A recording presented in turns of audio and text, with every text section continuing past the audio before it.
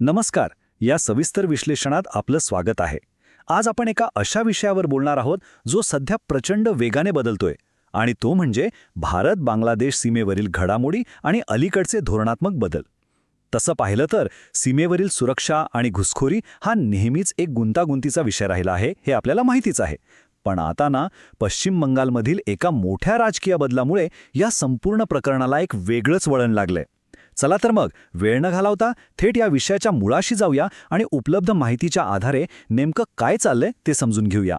45. आता तुम्ही म्हणाल हा काय आकडा आहे? तर हा फक्त एक आकडा नाहीये, ही एक अत्यंत कठोर अशी डेडलाईन आहे. पश्चिम बंगालच्या नवीन प्रशासनाने सीमा सुरक्षेसाठी जे कुंपण म्हणजेच फेन्सिंग उभारलं जातं, त्यासाठी लागणारी जमीन अधिग्रहित करून ती सीमा सुरक्षा दलाकडे BSFकडे सोपवण्यासाठी ही 45 दिवसांची डेडलाईन दिली आहे. आणि खरं सांगायचं तर हा निर्णय काही रातोरात हवेतून आलेला नाही, त्याचे परिणाम खूप दूरगामी असणार आहेत. तर आजच्या या माहितीत आपण नेमकं काय पाहणार आहोत? थोडक्यात सांगायचं तर पहिल्यांदा ही 45 दिवसांची नवी डेडलाईन, मग भारत-बांगलादेश सीमेवर एक नजर टाकू, त्यानंतर केंद्र आणि राज्याचा ऐतिहासिक वाद, मग त्रिपुरा सीमेवरील गोळीबाराची ताजी घटना, आणि शेवटी यावर बांगलादेशची प्रतिक्रिया काय आहे हे बघूया. चला सुरुवात करूया आपल्या पहिल्या भागापासून. ही 45 दिवसांची नवी डेडलाईन नेमकी आहे तरी काय? बघा, पश्चिम बंगालमध्ये नुकतंच जे सत्तांतर झालं, तिथे मुख्यमंत्री सुवेंदू अधिकारी यांच्या नेतृत्वाखालील नव्या मंत्रिमंडळाने पहिल्याच कॅबिनेट बैठकीत थेट सीमा सुरक्षेला सर्वोच्च प्राधान्य दिलं.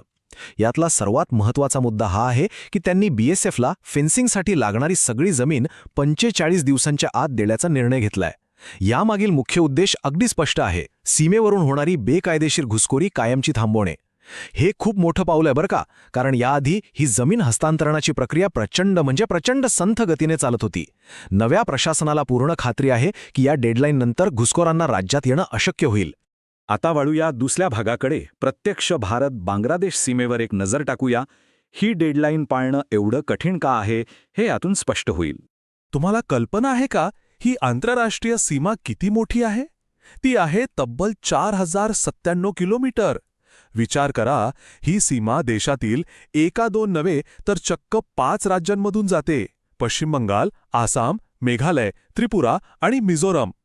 यावरूनच तुम्हाला या सीमेची व्याप्ती आणि तिथली गुंतागुंत लक्षात आली असेल.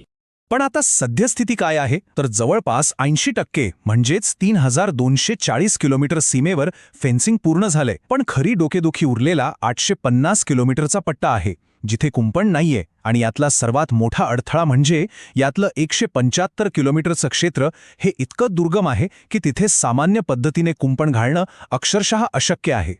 आता थोडं पश्चिम बंगालच्या आकडेवारीवर फोकस करूया. पश्चिम बंगालची सीमा सर्वात मोठी आहे, 2213 किलोमीटर. यापैकी 1747 किलोमीटरवर काम झालंय, पण 570 किलोमीटरचं काम अजूनही लटकलेलं आहे. आणि यातलं 112 किलोमीटरचं क्षेत्र हे असं आहे जिथे घनदाट जंगल आणि नद्या आहेत. तिथे साध्या कुंपणाचा काहीच उपयोग नाही. तिथे सेन्सर्स आणि कॅमेऱ्यांवर आधारित स्मार्ट फेन्सिंगची गरज लागते. याच रखडलेल्या कामासाठी आता ही 45 दिवसांची मुदत दिली गेलीय. आता तुमच्या मनात आलंच असेल की हे काम इतकी वर्ष का रखडलं? तर आपला तिसरा मुद्दा, केंद्र आणि राज्याचा ऐतिहासिक वाद. हा केवळ जमिनीचा प्रश्न नाहीये, हा एक मोठा राजकीय पेच प्रसंग राहिला आहे. थोडं मागे जाऊया. ही टाईमलाईन बघा. 2021 मध्ये काय झालं? केंद्र सरकारने घुसखोरी रोखण्यासाठी BSFचे अधिकार क्षेत्र सीमेपासून 15 किलोमीटरवरून चक्क 50 किलोमीटरपर्यंत वाढवले. मग डिसेंबर 2021 मध्ये तत्कालीन TMC सरकारने याला राज्याच्या अधिकारात हस्तक्षेप मानून विधानसभेत याविरोधात ठराव मंजूर केला. हा वाद वाढतच गेला. शेवटी या वर्षाच्या सुरुवातीला चक्क उच्च न्यायालयाला यात हस्तक्षेप करावा लागला आणि त्यांनी 127 किलोमीटर जमीन BSFला देण्याचे आदेश दिले. आणि आता नव्या सरकारच्या या 45 दिवसांच्या डेडलाईनने हा संपूर्ण विषय एका निर्णायक वळणावर आणून ठेवला आहे. एकदम फास्ट फॉरवर्ड. आता इथे कोणत्याही एका बाजूला न झुकता आपण फक्त दोन्ही बाजू काय म्हणतायत ते पाहूया. तत्कालीन प्रशासनाचं म्हणणं होतं की पश्चिम बंगालमध्ये लोकसंख्येची घनता खूप जास्त आहे, त्यामुळे जमीन अधिग्रहणाची प्रक्रिया खूप कठीण आहे. शिवाय केंद्राचा हा निर्णय राज्याच्या अधिकारात थेट हस्तक्षेप होता. दुसरीकडे विद्यमान प्रशासन म्हणतंय अजिबात नाही, ही केवळ जाणीवपूर्वक केलेली टाळाटाळ होती. ते असं दाखवून देतात की उच्च न्यायालयाच्या आदेशानंतरही आधीच्या सरकारच्या काळात केवळ 8 किलोमीटर भागावरच फेन्सिंग करण्यात आलं. राजकारणातून आता थेट ग्राउंड झिरोवर जाऊया. आपला चौथा मुद्दा त्रिपुरा सीमेवरील गोळीबाराची ताजी घटना. एसी कॅबिन्समध्ये बसून धोरणे बदलत असताना प्रत्यक्ष सीमेवर परिस्थिती किती स्फोटक असू शकते हे यातून दिसतं. ही घटना अगदी ताजी आहे. गेल्याच शुक्रवारी रात्री त्रिपुराच्या सिपाही जला जिल्ह्यातील कमलासागर बॉर्डर पोस्टजवळ काय घडलं तर अंधाराचा फायदा घेत 10 ते 15 जणांनी भारतात घुसखोरी करण्याचा प्रयत्न केला. बीएसएफच्या गस्त घालणाऱ्या पथकांनी त्यांना रोखलं, पण स्रोतानुसार या गटाने थेट जवानांवर दगडफेक सुरू केली. परिस्थिती नियंत्रणाबाहेर गेल्यावर बीएसएफने प्रत्युत्तरादाखल गोळीबार केला आणि दुर्दैवाने या चकमकीत दोघांचा मृत्यू झाला. या घटनेतील मृतांची ओळख पटली आहे. 20 वर्षांचा नबीन हुसेन आणि 40 वर्षांचा मोहम्मद मुरसलीन. पोलिसांनी दिलेल्या माहितीनुसार या दोघांनीही उपचारादरम्यान आपण बांगलादेशी असल्याचं आणि सीमेवरील तस्करीत आपला सहभाग असल्याचं चक्क कबूल केलं होतं.